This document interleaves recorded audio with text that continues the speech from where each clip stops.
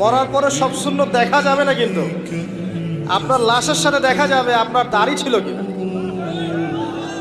এটা সবচেয়ে স্পষ্ট সুন্নত যা আপনার সাথে কবরে যাবে। রাখা যাবে দাড়ি। ঘুমাবেন, 3 কুলের মধ্যে একটা সূরা ইখলাস, একটা সূরা ফালাক, একটা সূরা নাস। কি হবে এটা পড়লে? নবী সাল্লাল্লাহু আলাইহি ওয়াসাল্লাম বলছেন দৃশ্য বা অদৃশ্য, মানে যা দেখা যায় যা দেখা যায় না, এই দৃশ্য অদৃশ্যের জগতের কোনো ক্ষতি তাকে স্পর্শ করবে না। প্রোটেকশন, আল্লাহর পক্ষ থেকে প্রোটেকশন।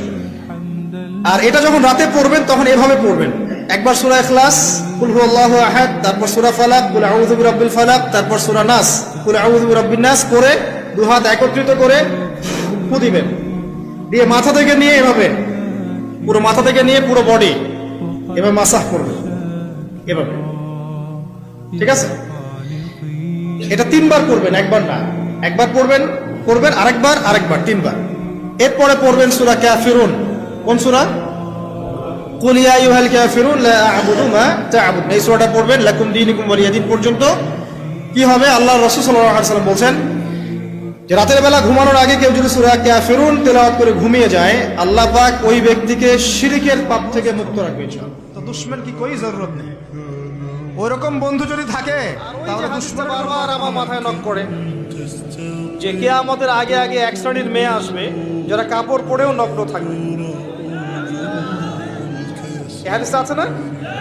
আরেকটা হাদিস হচ্ছে মেয়েদের সংখ্যা বাড়বে, ছেলেদের সংখ্যা কমবে, এবং মেয়েরা ছেলেদের পোশাক পরবে। এই 2টা হাদিস আপনি যদি একটু শহরগুলোতে যান, 2টার জাজল্যমান দৃষ্টান্ত দেখতে পারবেন। আমি বলি আপনাদেরকে কিয়ামতের কোন সাইনের জন্য অপেক্ষা করে বসে কেউ পরে সারাদিন লা ইলাহা ইল্লাল্লাহু ওয়াহদাহু লা শারীকা লাহু লাহুল মুলক ওয়া লাহুল হামদ ওয়া হুয়া আলা কুল্লি শাইইন কাদির। ওই দিন শয়তান তার কাছে আসবে না। 100 গুনাহ আমলনামা থেকে কেটে দেওয়া হবে, 100 নেকি লিখে দেওয়া হবে, এবং আল্লাহর কাছে দিন শেষে একটা তালিকা পেশ করা হয়, আজকের দিনে কে কি আমল করেছে। এই তালিকায় তার নাম দেখবেন সবার আগে। ওই ব্যক্তির নামও থাকতে পারে যে 100 বারের চেয়ে বেশি পড়েছে, তখন তার নাম আগে চলে যাবে, এর নামটা পরে। ওয়াকিয়া যে ব্যক্তি প্রত্যেক রাতে তেলাওয়াত করবে, সূরাতুল ওয়াকিয়া যে ব্যক্তি প্রত্যেক রাতে তেলাওয়াত করবে, আল্লাহ রাব্বুল আলামিন ইনশাআল্লাহ ওই ব্যক্তিকে দরিদ্র রাখবেন না। একজন সাহাবী ইন্তেকালের আগে তার মেয়েদেরকে বলে যাচ্ছিলেন, তোমরা সূরা ওয়াকিয়া তেলাওয়াত করো।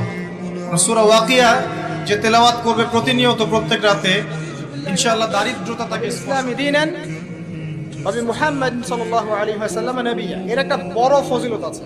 কি ফজিলত? যে ব্যক্তি এই দোয়াটা সকাল সন্ধ্যা 3 বার করে পড়ে, কিয়ামতের মাঠে আল্লাহ পাকের উপর হক হয়ে যাবে, ওয়াজিব হয়ে যাবে, আল্লাহ ওই ব্যক্তিকে সন্তুষ্ট করে দিবেন। সন্তুষ্ট করে দিবেন মানে কি? আলহামদুলিল্লাহ ওয়া লা ইলাহা ইল্লাল্লাহ আল্লাহু আকবার, আর বলতে হবে সুবহানাল্লাহি ওয়া বিহামদিহি সুবহানাল্লাহিল আযীম। আপনার জান্নাতে গাছ অটোমেটিক লাগাতে থাকবে ইনশাআল্লাহ। আমরা কি ওইখানে মালিক হতে চাই? আল্লাহ পাক আমাদেরকে জান্নাতে মালিক হওয়ার তৌফিক দান করুন। দেখতে একটু অসুন্দর হয়, কষ্ট নিয়েন না, জান্নাতে ঢোকানোর সাথে সাথেই সুন্দর হয়ে যাবে ইনশাআল্লাহ। ঠিক আছে? এবং এত সুন্দরই হবে যে আপনি অন্যদিকে তাকানোর কোনো ফুরসতই পাবেন না। এবং এছাড়াও এক্সট্রা হুর আল্লাহ পাক আপনাকে দিবেন। এমনি সাধারণ জান্নাতীর জন্যও 2টা করে স্ত্রী থাকবে ইনশাআল্লাহ। আর আল্লাহর পথে শহীদ যারা হবে, কয়টা স্ত্রী বলতে পারবেন? 72টা। কয়টা? আমার মায়ের পায়ের নিচে আমার জান্নাত। আল্লাহ ভালোবাসতে বলেছেন তাই। এটা কোন সূরা? ইযা ওয়াকাআতিল ওয়াকিয়া, এই সূরাটা। এই সূরাটা যে ব্যক্তি রাতের বেলা পড়বে, একটা বর্ণনা এসেছে যে দারিদ্রতা আপনাকে স্পর্শ করবে না। এই যে সুদ খাচ্ছে কি জন্য? টাকার জন্য তো নাকি? টাকা পয়সা ধন দৌলত করবেন, এই তো আপনার উদ্দেশ্য নাকি? এই জন্যই তো মায়ের সাথে জানা করছে, তাই তো? আল্লাহ বলছেন সূরা ওয়াকিয়া পড়েন। আল্লাহ পাক চাচ্ছেন আমরা জান্নাতে যাই।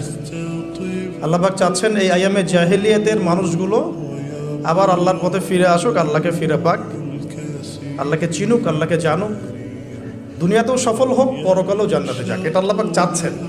এই সিলসিলাতে আল্লাহ রাব্বুল আলামিন প্রায় 1,24,000 নবী রাসূল পাঠিয়েছেন। আলহামদুলিল্লাহ, প্রায় 1,24,000। স্পেসিফিকলি আমি বলতে